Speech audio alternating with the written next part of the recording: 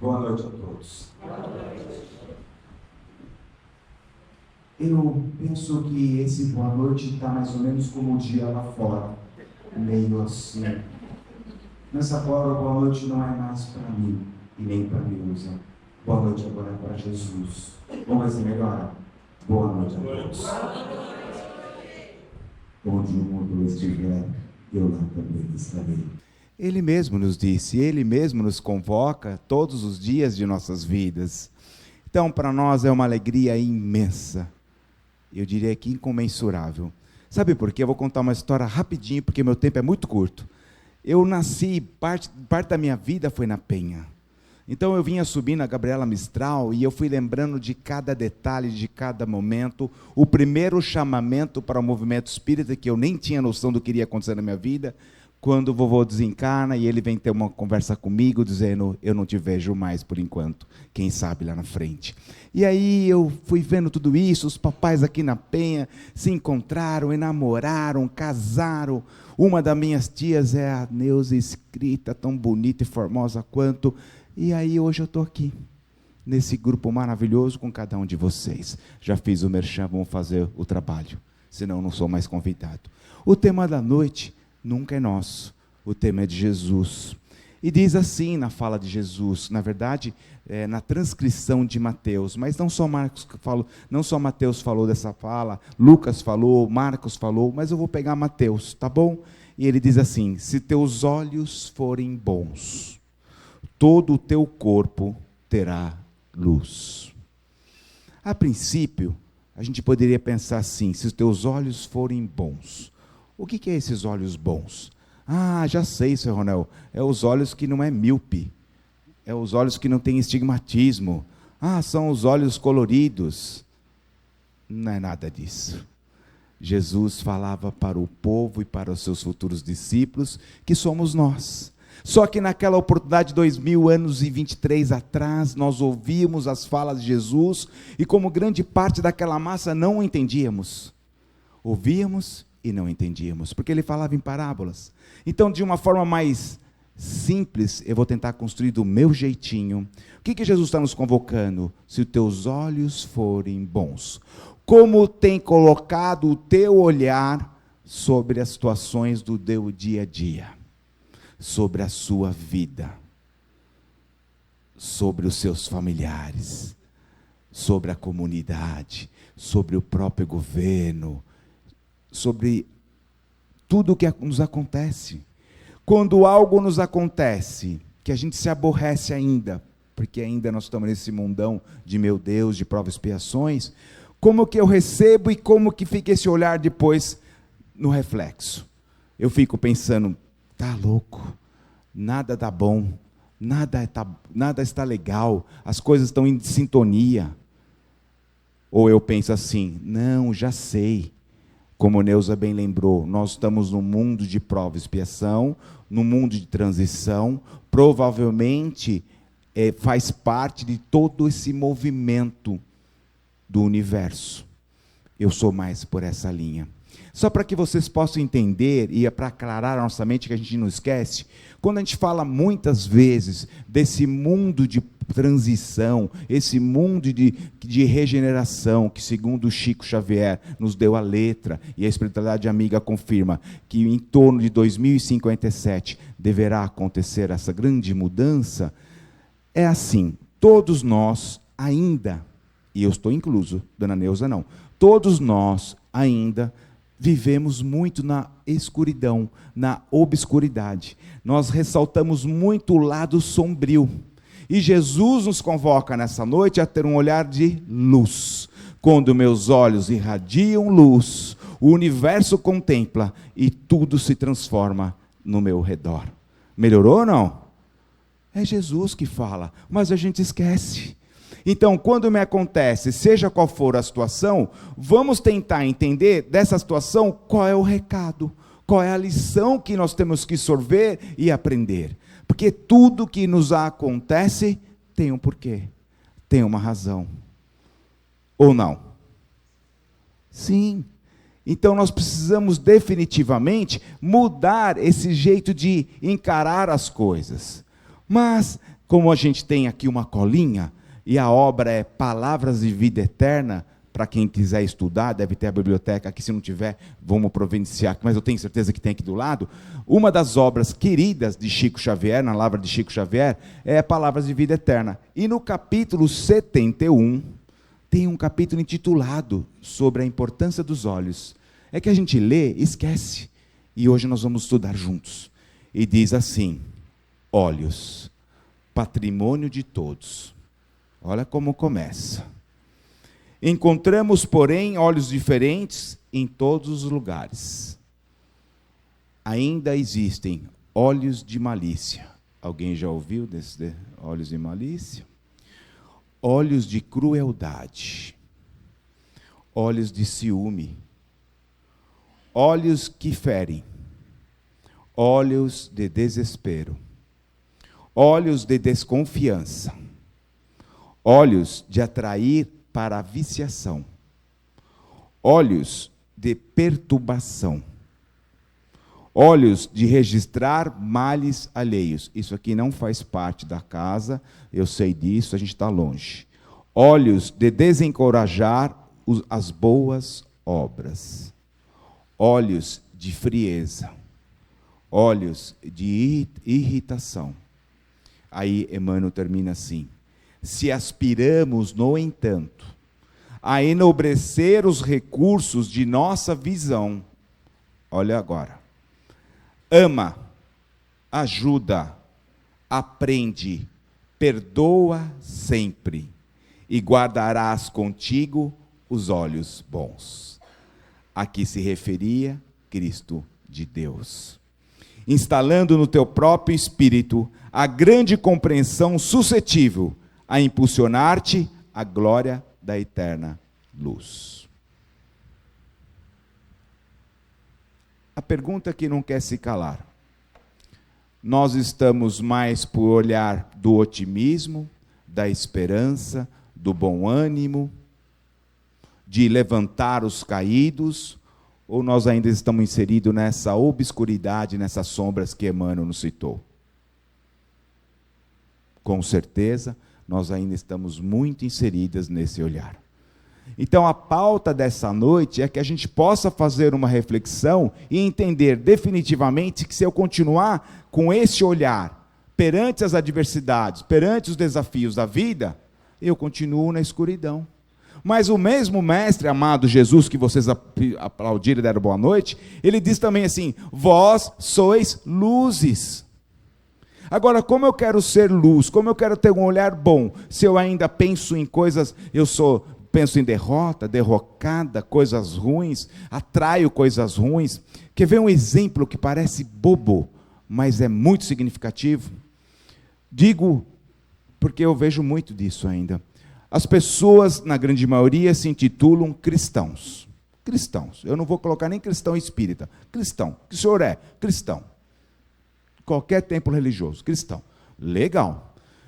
Entende-se ou subentende-se que o verdadeiro cristão, Kardec deu a dica, o verdadeiro cristão se reconhece pela, Eloá, pelas boas obras, pelas mudanças, não é isso? Transformação moral.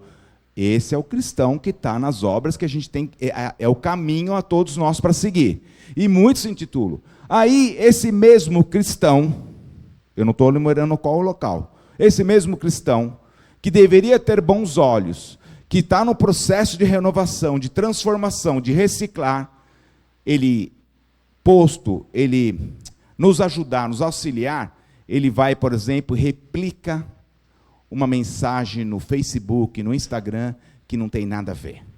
Algo que provoca discórdia, confusão, provocando um ao outro. Alguém já viu isso? Ou é só eu que observo? Aí, nos templos religiosos, ele tem uma postura.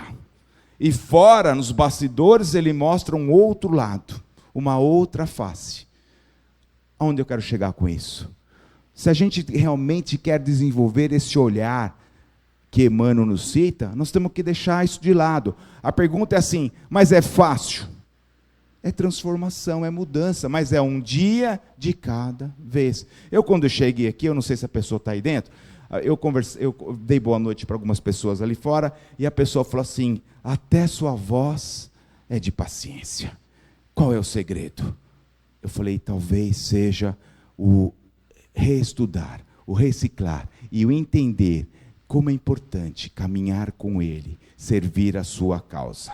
Quando a gente realmente entende o dia a dia, as lições do Evangelho que Jesus nos preconiza, tudo modifica em nossas vidas. Mas você não tem mais desafios? Tenho. A Neuza mesmo citou o momento do país, das guerras. Por quê? Porque o olhar dessas pessoas que estão lá, qual que é o olhar? Orgulhoso, prepotência, poder, eu mando, eu mato, eu sou, é o meu Deus, olha, é o meu Deus, é a minha religião. E Jesus não veio trazer uma religião, Jesus veio ensinar o amor. Então, voltando, se eu aspiro de verdade a ter esses bons olhos, que o tema que Jesus nos convida nessa noite, eu preciso aprender, ele diz aqui, a amar. Mas amar quem? Todos, incondicionalmente. Aí é muito difícil. Eu amo meu pai, minha mãe, meus filhos, meus netos, dou a vida. Mas o vizinho? O vizinho não. O vizinho é o vizinho. Então não entendeu. Serve, precisa servir, trabalhar, ação. Ação. É muito legal estar na casa espírita, é muito legal receber o Evangelho, estudar, praticar o Evangelho, fazer o curso, inscrever, mas não adianta eu ter todo esse conhecimento teórico, quando eu sou chamado ao testemunho, eu ainda não fraquejo, eu ainda estou no meu lado obscuro, e o convite hoje é: sai desse lado obscuro. Esse momento de transição planetária, para vocês não esquecerem, é assim, o momento de transição planetária, para elucidar, imaginemos uma jarra, agora ficou fácil. Nós, nesse lado obscuro nosso, é tudo que não presta. Tudo que a gente ainda traz conosco. Então, esse é um lodo que está dentro dessa jarra, imagina, tá? Aí a transição planetária está vindo com as lições do Evangelho de Jesus, com as mudanças. Então, está colocando uma água fluidificada dentro da jarra. O que vocês imaginam que acontece? Água límpida entrando na jarra, mexendo em todo este lodo. O que acontece? Mas o grande segredo e o grande barato é de tanta essa água líquida, cristalina, adentrar a esse vaso, aquela obscuridade, aquilo que não presta, se esvai. E quando chegar no momento certo, se faz a transformação. Esse é o convite que Jesus tem para todos nós. Então, assim, por favor, vamos nos esmerar, vamos começar a ter um olhar mais solidário, mais fraterno para as pessoas. Ele mesmo, certa feita, caminhando na estrada, ele viu entre os seus apóstolos, quem eram os apóstolos? Os seus seguidores, os seus braços, que foi escolhido por ele. Ele começou a ouvir umas conversas que estavam desagradando, estavam em sintonia com ele. E como Jesus não deixava passar nada em branco, quando ele faz assim uma curva em um determinado local, havia um cão, alguém lembra dessa passagem? Um cão morto, do outro lado da estrada. E quando o cão morre, um bicho qualquer morre, o que acontece? O estado de putrefação exala o odor, e não é agradável. Então aqueles homens pararam, observaram o estado de podridão do cão e começaram os apóstolos a falar assim: que cheiro horrível, nossa, vamos passar logo. E Jesus não deixava passar nada, ele precisava ensinar a lição dos olhos, e ele diz: que lindos dentes tinha esse animal. A mesma cena. Por isso que muita gente, olha, você deve ter visto isso muito no Instagram, no Facebook, o cara sentado numa locomotiva, num trem, é a mesma paisagem, um olha e consegue ver uma coisa bonita, e o outro olha, está uma tristeza. Mas por que ele está tristeza? Porque ele está na obscuridade, ele traz consigo aquele lodo e não larga o lodo. E esse lodo nasceu da onde? De muitas e muitas vindas, e a oportunidade benfazeja da reencarnação nos dá a condição de melhorar, reciclar, abrir os olhos, sermos luzes. Esse é o convite generoso de Jesus para todos nós. Agora, deixa eu contar, para isso, tem que arregaçar a manga, tem que trabalhar muito, na minha reforma íntima. E eu tenho que falar assim para mim mesmo: é isso que eu quero? É isso que é necessário? É isso importante para mim? Sabe por quê? Se ninguém contou, vou contar. Uma hora, a locomotiva da vida, o trem, para na estação e nos convida a descer. Ah, mas demora. Eu enterrei um amigo do movimento com 45 anos faz 10 dias. Pergunta se ele queria ir. No auge da sua carreira profissional. Aos 45, o câncer visitou e ele teve que retornar. Então, onde eu quero chegar? Enquanto cada um de vocês estiverem no planeta Terra, com as pessoas certas, no lar certo, nas oportunidades de trabalho, porque a gente só cresce, só aprimora quando convive com a comunidade. Porque quem vive sozinho é ermitão, vive lá no meio do mato, vive na caverna. Esse homem não produz nada. O grande barato são os desafios, desatinos diários, um com o outro. É aí que eu aprimoro, é aí que eu aprendo. Porque eu aprendo uma lição no Evangelho X, e aí é a hora de eu praticar. Aí eu sou chamado ao testemunho. Aí vem aqui, a nossa querida Neuza faz uma palestra lindíssima de paciência, tolerância, não sei o quê. Aí você vai lá fora, passa por uma situação. Você fala: nossa, a Neuza falou tão bem, com tanta propriedade daquele tema, agora eu acho que eu preciso usar paciência. É isso. Então nós necessitamos e precisamos, de uma vez por todas, virar essa chave em nossas vidas. Eu vou reler, para devolver a palavra, porque o tempo já está se esvaindo. Se os teus olhos forem bons, todo o teu corpo terá luz. O convite que eu quero deixar a todos nós: paremos de apontar os dedos às pessoas, paremos de julgar as pessoas, que é o que a gente faz muito. A gente já ouviu falar que o olhar frita. O olhar é pior que a palavra. Quando a pessoa não nos quer bem, que alguma coisa não está legal, ele bate aquele olhar assim profundo, que você sente, fala assim: nossa, senti até na alma. Alguém já viu isso? Não é? Não tem aqueles olhar que é seca-pimenteira? Alguém já ouviu esse olhar de seca-pimenteira? Só do meu tempo que tinha. Eu vou contar uma coisa que eu não faço nunca mais, mas já fiz, tá? Eu adorava passarinho preso na gaiola quando criança. Tinha 48 gaiolas com espécies diferentes. Me arrependo profundamente. Mas havia aqueles passarinheiros que iam nas nossas casas para ver os passarinhos. Eu não sabia que era olhar de seca-pimenteira. E meu pai falava assim: toma cuidado que fulano de tal seca a pimenteira. E eu não sabia o que era isso. Ele olhava para o pássaro e dizia assim: que lindo canário, você vende? Não. Ele olhava para o canário e falou: tá bom, e ia embora. No outro dia o canário estava morto. Vocês acreditam? Energia. Então, gente, o convite nessa noite é: para de depositar esse olhar que magoa, que fere, que aniquila, e vamos colocar o olhar do amor, da solidariedade, de apacentar, de trazer para nós. A vida é linda de ser vivida, e quem faz o dia lindo somos nós. É nós, não está na mão de ninguém. Deus dá a mesma oportunidade igual a cada um de nós. Não interessa se eu tenho muito, se eu tenho bastante, muito ou pouco, se eu moro num bangalô, se eu moro numa mansão. Tem gente que não tem quase nada, e eu aprendo muito com cada um deles, porque eles falam assim: eu tenho tudo. É mesmo? Eu tenho tudo. Primeiro que eu tenho um Deus maravilhoso. Eu acho tão lindo isso. Já ouviram? Tem um Deus maravilhoso, que cuida de mim, que zela de mim, que me ama, mesmo nos desafios, na dificuldade, não me falta nada. E eu acho lindo, eu falo: meu Deus do céu. E a gente fica bravo, fica chateado, porque não tem isso, porque não comprou isso, porque ainda não é a nossa hora. Se não é a nossa hora, vamos trabalhar para que seja possível estar a nossa hora. Porque aqui nós agora há pouco, todo mundo cantou. Parecia um coral de Jesus, a coisa mais linda. E teve uma parte no Pai Nosso que diz assim: Senhor, que seja feita a vossa vontade. É a vossa vontade, não a minha vontade. Mas a gente esquece. Mas a gente continua pedindo. Mas ele vai dizer o seguinte: dentro do pedir obtereis. Se você realmente quer obter o que você tanto almeja, me ajuda mudando o seu olhar. Que você a partir de hoje possa consolar, amar, servir, apacentar. Não mais aniquilar, ferir, desviar as pessoas do caminho.